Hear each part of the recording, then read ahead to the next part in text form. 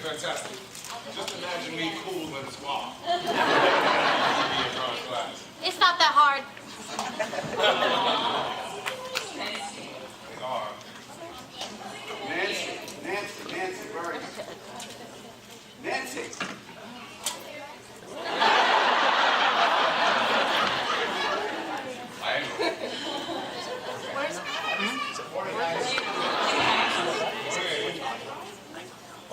Where's She has something for me. Oh. Calm down. Okay. I think everyone's really willing to dance now. Good morning. Thank you guys for coming. Thank you for having us. So, I just, obviously, first of all, thank you so much for coming. And I just, first of all, wanted to ask you guys, I know that all of you are actually con veterans. And I just wanted to know, what was the first thing, being at conventions, that someone said to you where you're like, okay, this is something special, this is something fantastic, this is why I'm coming to conventions, this is why it's worth it. Because it's not a lot of sleep, it's a lot of energy, you lose a lot of energy, a lot of talking to people. Why? Wait, why? Well, no, why? Because it's a lot. It takes a lot of energy talking to a lot of people. What keeps you not running to the hills? Yes.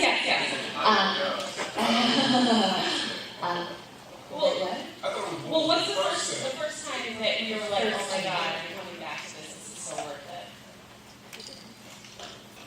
Go ahead. Adulation. Nice, well done. It's hard to resist. Sure. Okay, I'll just say this. Look, I'm just gonna keep it real. I have this tendency to not really answer questions directly. I just say what the question reminds me of or inspires me to say. So I'm gonna say this. That I feel in a lot of ways, honestly, when I come to these things, and if this is not true, don't change it for me because I like thinking this way, but I feel like I am just, and the artists are just the excuse that people use to socialize, come together, and find people that are interested in similar things. So I don't necessarily feel like the main event, ever. I just feel like an excuse for the main event.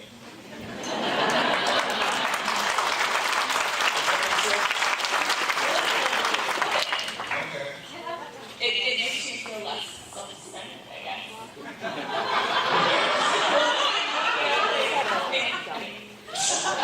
Okay, so everyone, I just want to let you know that we're going to be taking questions right over here. Betsy is right behind this pillar, so if you would like to ask a question of our lovely panel here, please line up now so that you can take your questions. So if you had to pick a character to play other than yourself in any Joss verse, so any show that you've done, who would you choose?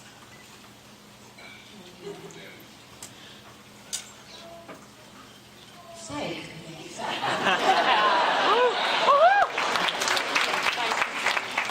Yesterday I wanted to be a girlfriend, and after that, yeah, that would have been a fun thing to do. Spike's girlfriend, just basically Team Spike, that's all. I think you could rock the leather jacket. I could. And then we just cut it in shorter and just move the blonde back. That'd be fun. Ron? I'm not really a sci-fi guy.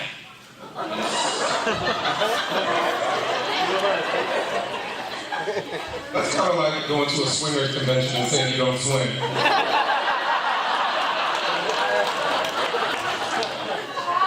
I'll do anything to be different. That's right. But so the reason I say that is because I don't know other Joss shows, so I can't really pick like that. So it has to be something from Firefly or Serenity, and out of that, I mean, I would seriously probably prefer to be Mal. I I can't have that, I'll do Kaylee.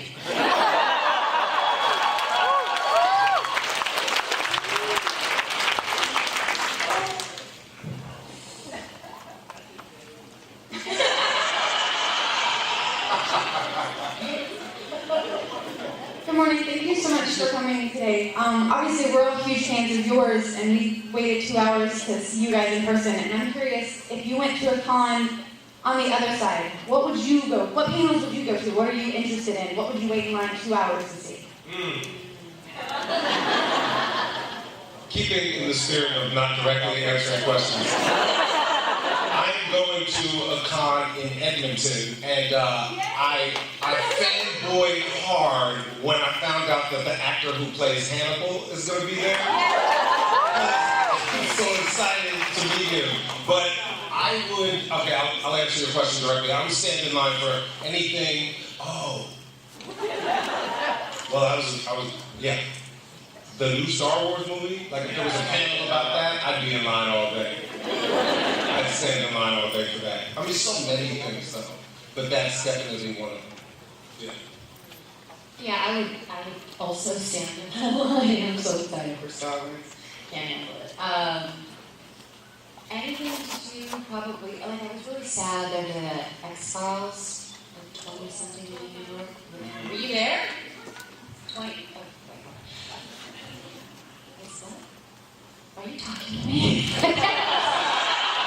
feel like I'm hearing voices. What is happening? Yeah, it's time machine.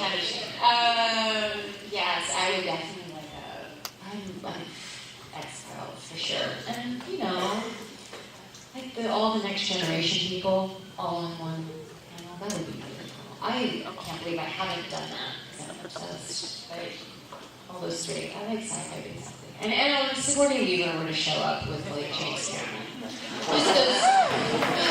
I was obsessed with James Cameron, so that would be, and her. Anyway, I hope this is not heretical, but there's a show called Suits. I would stand in line for more than 2 hours to just see Tina Turner's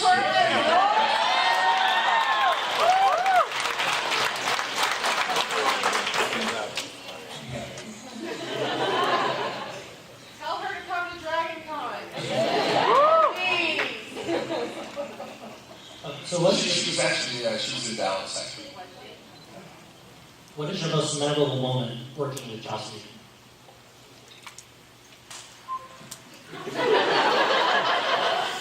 I'll wait because mine is indelible. Go ahead. He called and said, Ron, I have good news, bad news. Which one do you want first? I said, give me the good news. He said, well, the good news is we're making a movie and you're in it.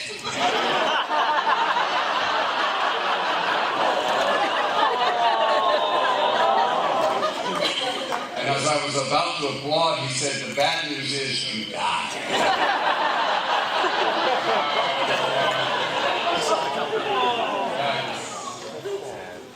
That's unforgettable. well, a lot of people throughout the years commented on how much they love the body, and on his breakdown speech in the body, and that was obviously it was just a very hard day. But that is probably my most vivid memory working with him because he was such a tear taskmaster. Very specific about where the tears came out and when they came out. And so, I'd go through the whole scene. Great, but less tears. Okay, great, more tears. Great. Try this out. Can you get it out of the left? Good to know I actually can do that. I didn't realize that was a skill set I had. And then, whatever I had ended up being, that's, he wanted the one tear just to come. And I don't know how many times we did that.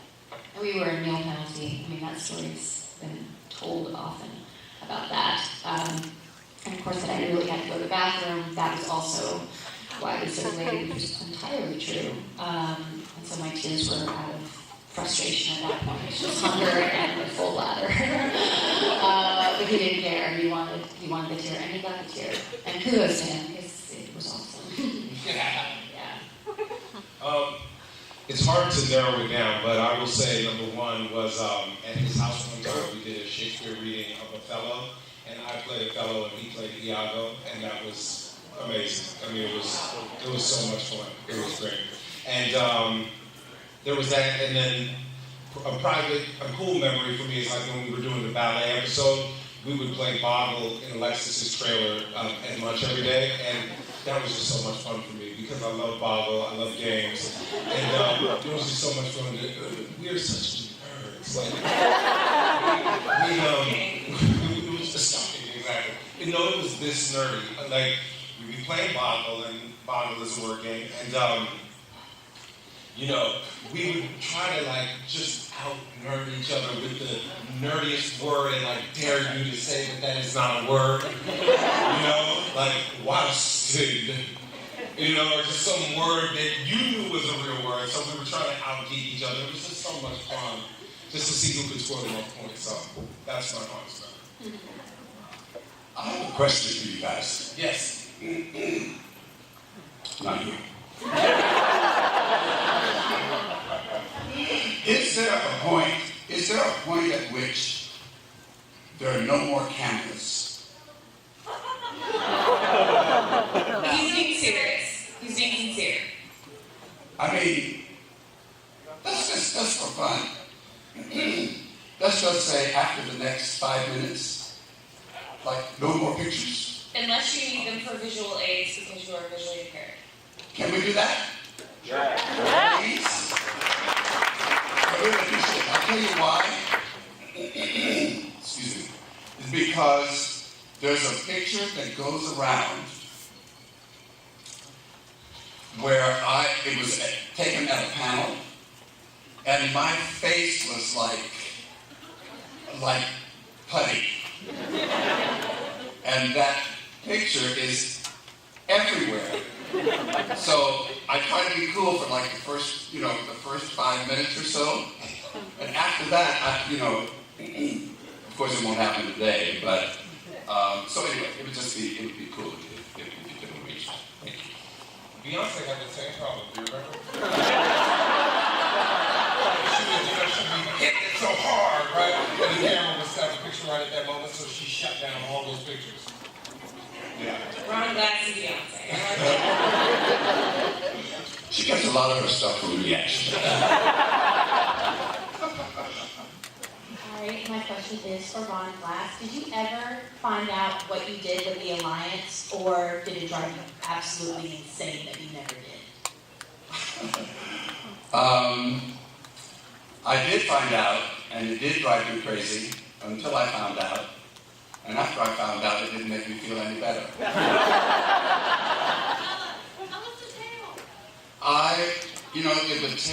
It would take too much time. The whole thing. But I have a direction for you. There's a graphic novel called A Shepherd's Tale. You should read that.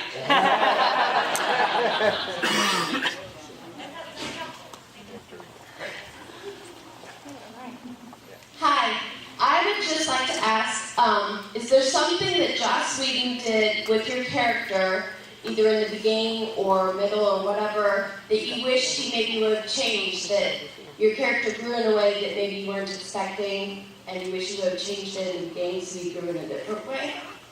I don't think you have to ask me that question.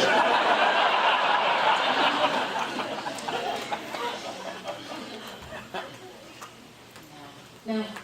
Yeah, I would have to say no too, because my character changing at all was always such a surprise for me, and always a lot sooner than I expected it. So I was always surprised and always ready for it. So yeah, no problem. Well, and I loved both the way Anya and Scott changed. Like, it was very organic. you know, they both had such great character arcs, and there was a lot to them, both in like the humanity that Anya, like they felt as growing from a demon to a human person, and then Gunn as a demon fighter to having to go to like just that corporate presence, and it was just there was a lot to that. I was talking to someone. Sorry, I might like these shows a little bit. Hi, this is for all three panelists. Emma, your death scene, and Ryan, your death scene were memorable.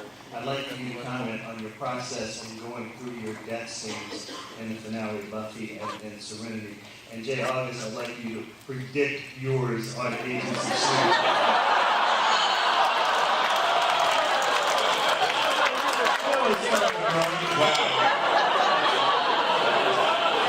Well, in history shows, I don't die, I multiply.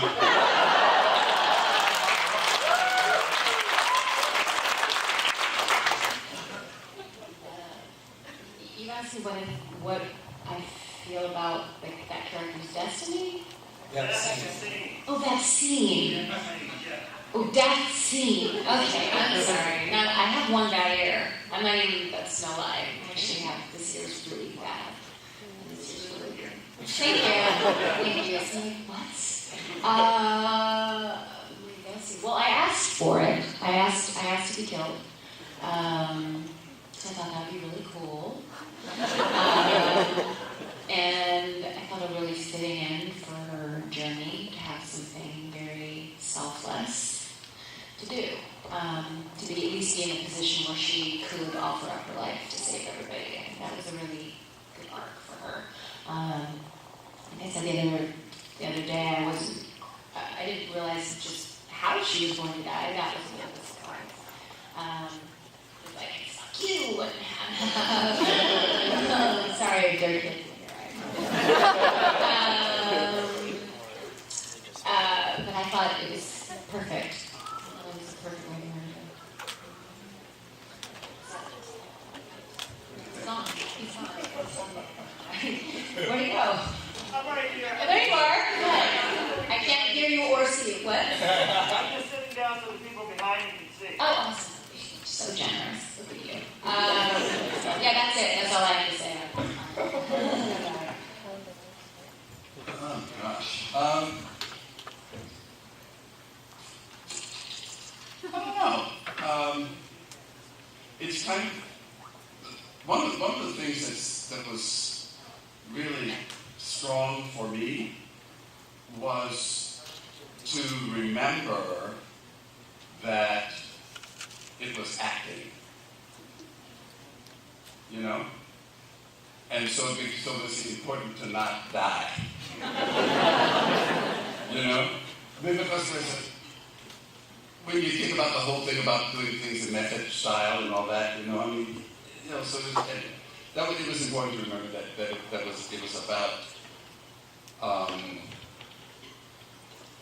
it was about displaying as opposed to doing it.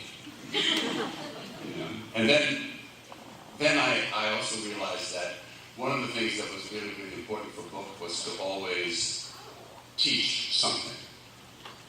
And so it was a wonderful, wonderful circumstance in which to teach something that he believed in very, very strongly. And that was the thing when he says, I don't care what you believe in, just believe it. So I was satisfied with that.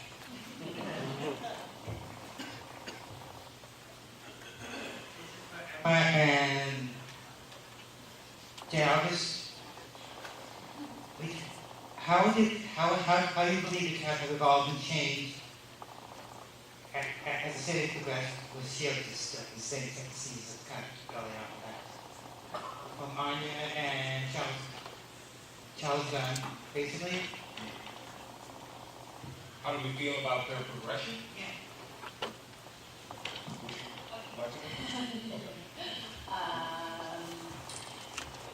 I feel like it was a very organic process.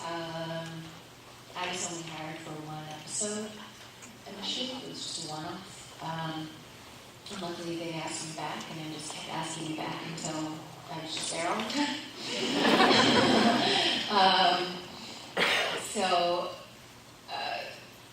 What at least I initially conceived of her was, I think I always sort of intuitively got her on some level, and I'm glad that they liked whatever I had offered, and then worked off that, and then created this whole awesome backstory and everything for her. And I think it just flowed. I had a really good time playing her, and I think they had a fun time writing ridiculous things that would come out of my mouth. At least that aspect of her and me, because people ask that a lot. Like, do you have anything in common with her? And I think so. But that actually is something we do share. I run my mouth off all the time. Sometimes get in trouble or whatever.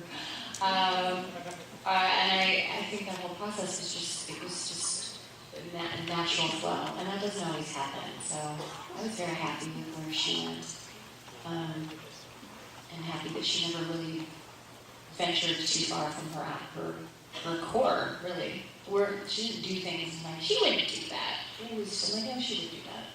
Which is nice to have, because sometimes, I'm sure you all know, sometimes things happen and that are out of your control, and you just have to suck it up and do it. And you know it's wrong. And I never, ever, ever had that issue with her. It was always on point. Where did you go, first of all? Where are you? Okay. There you go. Okay, so I was really pleased with the progression of my character, especially because from the moment before I auditioned for the part, my objective never changed. And with everything that the character had gone through, the core of the character that I was getting to know even before the audition managed somehow to stay the same. And everything that I did always fit into the exact idea of who I thought this person was. I had imagined that his parents were killed by vampires, and he had to take his little sister under his wing, and then in order to keep them safe, he got other kids on the street to come together and form this gang. And that was what I did all 5 seasons, essentially, was protect my family. So that's why anything that happened, whether I was a lawyer, whether I was getting my heart cut out, whether I was juggling, whether I was, singing in Caritas, it was always to protect what I thought was his family. Because he was always trying to recreate his family, and he did that with Angel, Cordelia, Wesley, and Fred, and Lauren, and Lindsay, and Lionel. Oh, is there a follow-up? Oh, with Deathlock? Isn't it ironic? And it was only pointed out to me at one of these conventions, actually. Oh, getting back to the first question. Cool things you find out about at conventions. Someone said to me, about the similarities of the characters and family, and it never dawned on me. It never dawned on me until I was at a convention and someone said, it's interesting that God was all about family and Deathlock is even, is just as much about family. And so, yeah.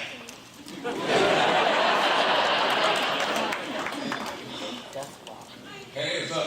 Thanks for coming, guys. I just wanted to ask if you could guest star on any TV show that's on right now, what would you like to be on and why? Walking Dead.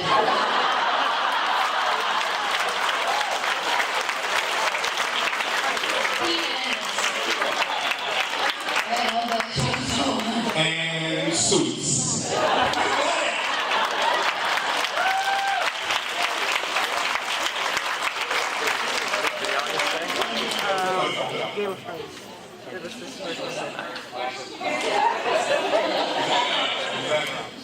I'm gonna be like Leroy Targaryen.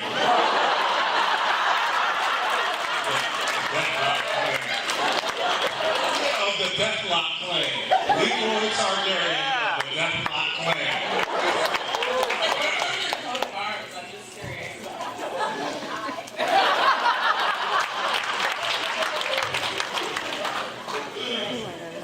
Well, other than a paycheck, what was your main reason for accepting your roles on your respective shows? Great The what? The show that I want, The Walking Dead, hopefully? No, Buffy Firefly Angel. Why did, The paycheck for me was last on the motivation list. yeah, I don't know what the was was first. not awesome. It's true. So no, that was never a motivator. Well, you have to show up. You know, once they hire you, you can't just not show up. So legal reasons I had to show up. Is that the question? I'm sorry. I'm so dumb right now. No, she asked what your motivation was for choosing the project. Oh, they just asked me. It was like, oh, okay. I was a fan of the show. Like, I will absolutely guest star on that show. Good on Awesome. Yeah, well. On Walking Dead or on? No. Well, they never get me off the set on the Walking Dead. You hide me out in any place and just hide me under the dead bodies. Just to go home. What? Oh, I'm so jealous.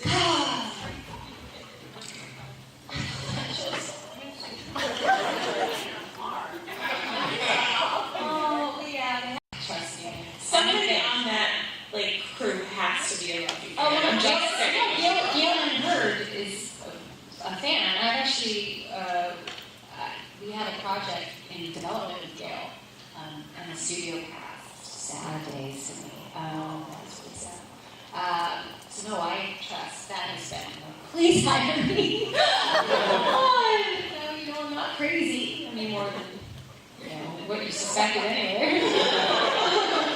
Oh, yeah. Who do I have to? I have to take off my top to get home. Anyway, that's a lot of information. Somebody else talk. You're up to.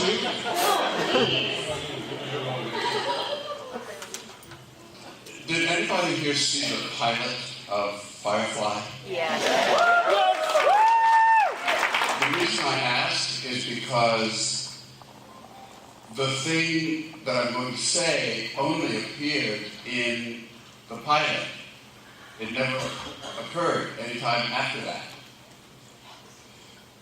When I first came on camera, I was wearing what we call a greatcoat. Yes. I would have done the whole thing just to have that greatcoat. And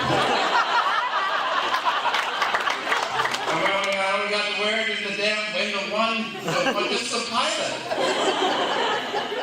So there was a greatcoat, and then, I had all that hair. And I wasn't, when I did the audition, I had it all back and was trying to hide it, because I didn't know whether it was going to be, appropriate for the character or not. And I wasn't ready to get rid of my hair. And so I was very, very grateful that by the time I did the third audition, I was brave enough to let my hair out. I thought, well, if this is the third time he sees me, he may be really, really interested and really, really considering actually hiring me, so he should know that I have all this damn hair. And as some of you know, he made use of that hair.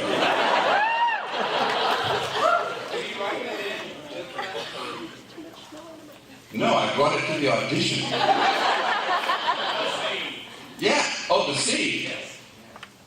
Well, it's one of the things that's really, really fabulous about talented people is that they make use of what's available.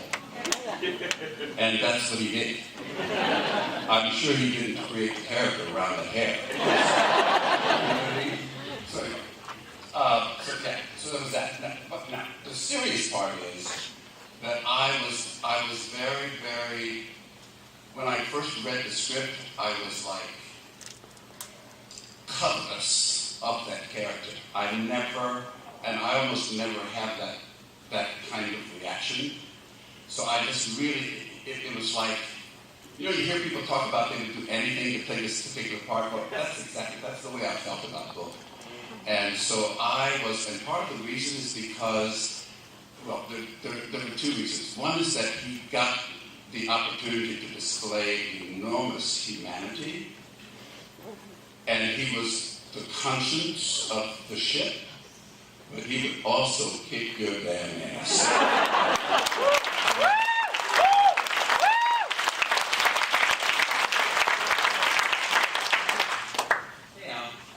So Emma was talking a little bit about the body episode, and for me, I felt like that was one of the most, I guess, authentic episodes, you know, with people's or their creators' approach to death. But I was actually wondering if any one of you has an episode or a scene that particularly resonates with you on a personal level.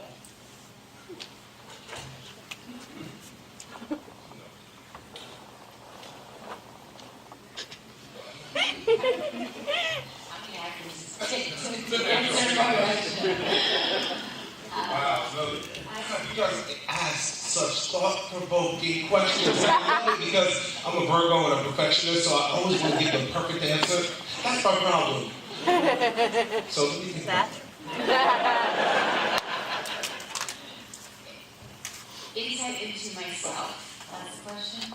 Well, yeah, I mean, you know, obviously the body episode might have been a little bit difficult for you if you had ever had an experience with death, and I think we were all very close to Joy and who she was. I think it was hard for a lot of people who probably experienced the same thing. So I was wondering if there were anything that you have filmed or participated in that hit you on like close to home. Well, yeah, you know, I said, unless I'm hallucinating, like I said, I think I did. Somebody asked something similar, and I think my answer it holds for what you're asking, and I don't know what episode it was. I'm sorry. I suck. The one that was about me. What was it? Thank you. Yes. It was called Selfless. Selfless. No, that's not why it was about. No, that's not what I meant. You're gonna feel really bad when you hear why, because she asks, you know, what if I'm nobody? And that, like, I understand that. Like, I get that. I always have. I think that's especially I think if you're in this business on any level, especially if you're going to put yourself in front of the camera at any time, that question of, are you important enough? Like, are you important enough to be hired? Are you important enough for people to give a shit about you? Are you important to, I don't know. Whatever your view is of success, like, are you worthy enough of getting that? Am I enough? Just in life, are you enough? And if you're not, are you anybody? Are you invisible or feeling invisible at any point in your life? And I was not, kids were mean to me growing up. I was not a cool kid by any means. So there was a lot of that loneliness, like, oh, you know, well, if they all hate me, then I must be horrible, you know, that. And there's no way that that's not a universal feeling. But everyone in this room at some point, unless you're Beyonce. Yeah, she's flawless. That's feeling that at some point, and then doing what you need to do to get out of that space and find that you are somebody, even if no one thinks you are. You just are, because you're alive. Did I make any sense? I feel like I went.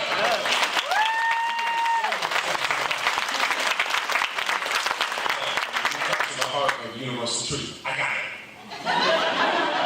All I needed was the name. Because I knew that there was one that especially touched me and was on such a parallel track with my own personal life. Prior to booking Agents of S.H.I.E.L.D., I could not get an acting job to save my life. So for 18 months, for 18 solid months, I was auditioning maybe 5 times a week.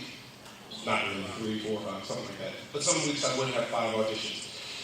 And about 6 to 7 or 8 months in, I got sick of being told he was great, but he just looks too young. he was great, but he looks too old. He was great, but he's too handsome for the role. He's great, but he's not hot enough. I literally got those 4 excuses, well, I don't mean to say excuses, reasons in 1 week. And after that, I really shut down. I got so discouraged and so frustrated and was really not knowing what was going to happen with, me and my career, my life and stuff like that. And then I had a turnaround, which is everything you just said. Everything that you just said was a long process of soul searching for me, of meditation and prayer, and I came to everything that you just said. Hearing that, or knowing that, finally understanding that my value, my worth, my humanity is independent of an acting job, independent of money, independent of quote-unquote celebrity, independent of everything. Like who I am exists outside of anything material. And I got really clear about that. So now we're about a year into my unemployment, and I am working on this audition for something else. I'm working so hard, right? I'm working like I used to work when I first started, like really passionately and really trying to figure out how to connect the dots of this character. And in an instant, I kind of zoomed out and saw myself working so hard on this thing, having not worked for a year, having not gotten a call back in a year, and I saw myself clearly, and I was like, wow, most people would have given up by now, but you are still hitting this so hard, Jay. You are doing that, Jay. And I kind of fell in love with myself that day.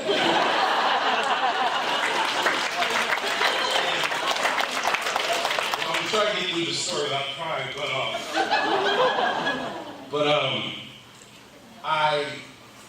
I really, I was just, it was just one of those moments where things were falling apart, but you still have the strength.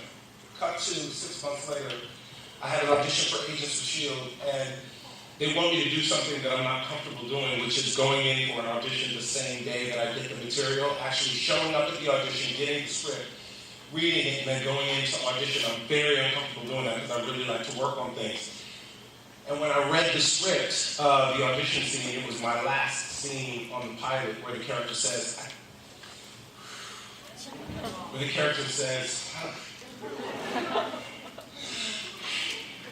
he says, I couldn't. And this is exactly what happened to me on the set. He said, your fucking question. You asked what seemed really personally touching. And I said, I could be, a hero. And this is this man whose whole life is falling apart around him. His son has been taken from him, his wife, his job, and he thinks that S.H.I.E.L.D. is about to kill him. And right before he dies, or he thinks he's about to die, he says, I could be, a hero. And I thought about myself that day in my bedroom working on the material. And that was it.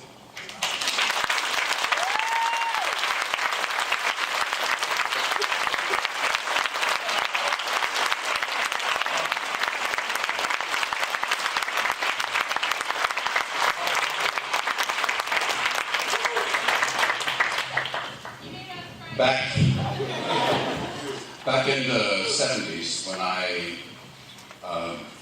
moved to LA, I had an agent when I came to town, and they agreed that they would send me out to all these casting agents. And so, after I'd seen about 20 casting agents and so forth, the agent called me to the office and said, well, everybody agrees that you're going to have a really wonderful career in Hollywood if you do 2 things.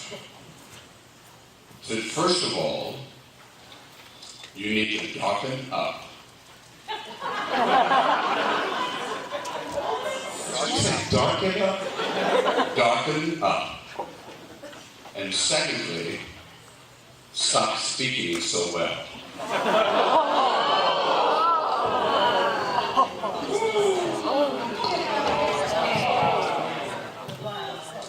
I didn't cry, I got fucking angry.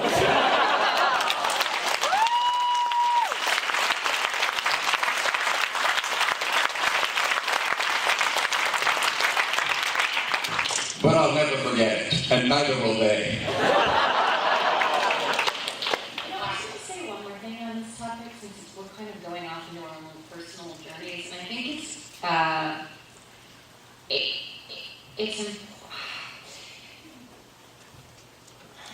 the struggle to fit in, struggle to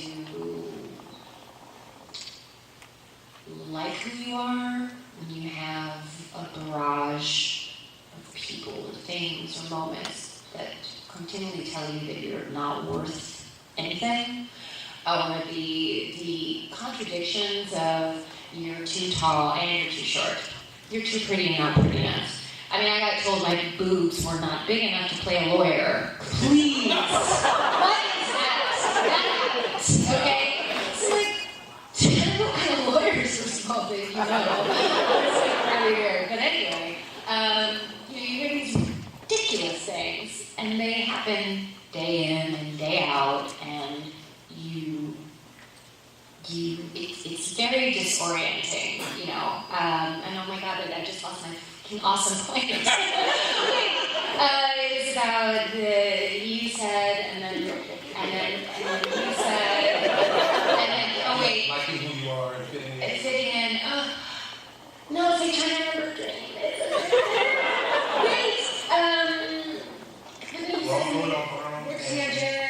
In your life journey. Yes, something about being angry. Oh, yes, got it.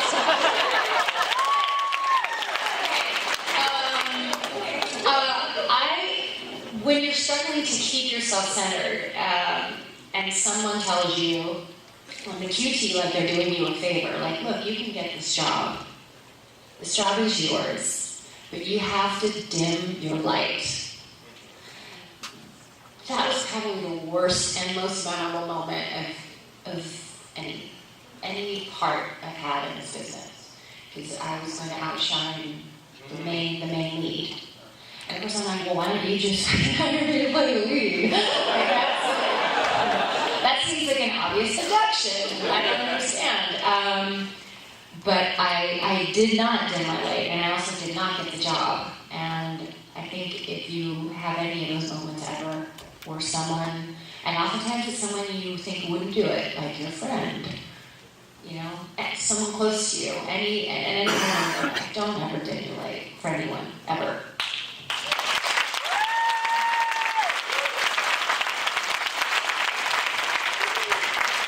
Jay, I have a question for you. If someone told you to darken up, and you asked them, how am I supposed to do that? What kind of answer do you think you would get? Answer do I think I would get?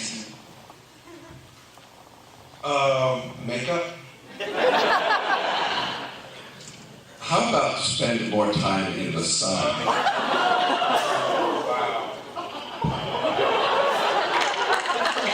Brilliant!